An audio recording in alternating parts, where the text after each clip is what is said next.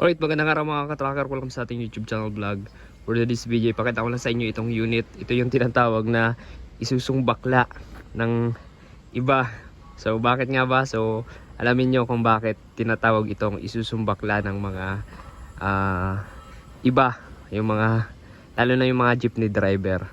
So, yan. Ito po ay Isuzu Elf NKR Narrow Cab 6-wheeler, 10 feet yung haba ng chassis, 4HF1 mechanical engine ng makina.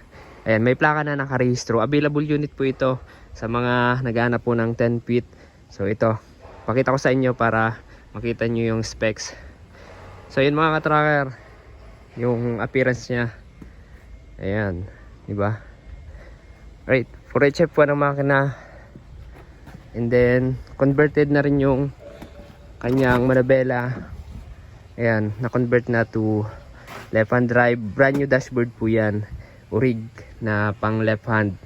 Yung kinakabit namin sa Isuzu. Ito yung mga upuan. Ipapa-upholster lang yan kapag na-recondition. Lalagyan lang natin yan ng floor matting.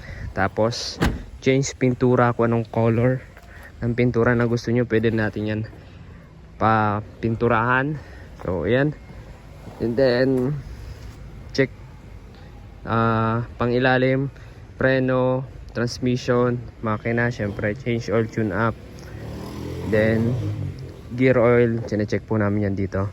So ito yung sukat ng gulong niya, magkaiba po siya, hindi po siya same size ng tires, kaya tinatawag po siya ng isusumbakla ng iba. Pero ang ganito mga ka-tracker, kung gusto nyo, pwede natin tong gawing same tires tulad nito. Kung gusto nyong 4-wheeler, pinili natin papalitan ng 4-wheeler yan.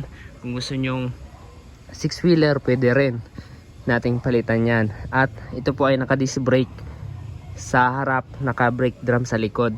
And then, yan, kasama na yan kapag nagpalit tayo ng I-beam, kasi ito naka-torsion type suspension.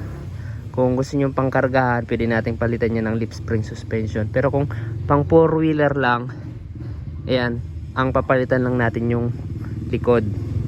Palitan natin ng pang single tire na tulad nito. Ayan. So, ito, 10 feet, pwede itong gawin nating FB body. Pwedeng ganito, drop side, pwedeng close band. So, yung chassis nito, sariwa. Ayan. Sariwa po yan. Ayan po. Sariwang sariwa. 10 feet. So pwede rin ito rin yung body na ilagay lang natin. So original body na 10 feet drop side. Ayan o. Bali ito mga ka-tracker, pinatong lang kasi itong ano na to, body. Pwede nating gawing close band yan. Ayan. Alam nyo, dalawa yung spare tire nito, pang unahan at pang likod, kaya ganyan, maliit, di ba? Maliit yung kanyang mga gulong sa likod, kaya tinatawag na isusung bakla. Ito, wala tong track ban. Ang makina niya 4HF1, no? 5-speed manual transmission din yan. And then ito, yung kulay niya na puti, ayan, ito talaga yung kulay na galing sa Japan. Wala tong truck ban. Gross weight capacity nito 4,200, 2,100 naman. Pakita ko sa inyo yung makina niya. Ito yung suspension sa harap, naka torsion type, independent independent suspension. And then makina niya naman, ito yung makina niya. Ayan. So hindi natin mapandar kasi lubat yung battery nito. Try natin kasi may battery naman, oh. Ayan, paandarin muna natin. So ito yung original na dumating sa Japan. May konting leak, ayan, pero kayang gawing paraan yan kapag na-recondition. Wala lubat, so hindi natin mapaandar. Ayan, 4HF1 inline injection pump mechanical.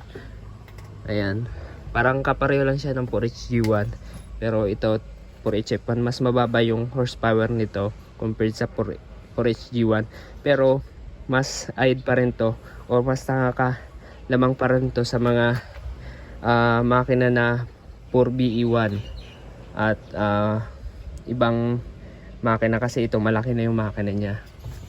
Ito yung kanyang radiator, hindi natin mabuksan lang. So yan, hindi na natin buksan. Dito pwede tayo magbukas. Ayan,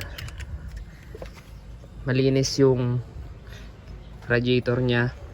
So mga tracker, ayan, pwede itong pang FB body. Ayan, pang 4-wheeler. Pwede natin gawing 4-wheeler lang to.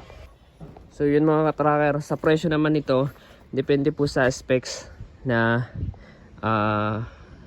sa specs and sa actual unit na ipapabuo nyo dito sa amin. So kung naghahanap po kayo ng as is condition, pwede rin itong gawin nating as is lang ilabas. So yun mga ka-tracker, kayo, mag message lamang po sa aming FB page, Tracker Moto PH, sa gustong mag-inquire ng mga unit. Yung mga available unit po namin dito, Japan surplus, ayan, as is condition, CBU unit, buo dumating sa at dito sa Pilipinas. At meron din kaming CKD. Right, so kung nakagustuhan nyo to, paki-like, share, and mag-subscribe na. Paki-follow rin ang ating FB page, Tracker Moto PH. Maraming salamat. God bless. Bye-bye.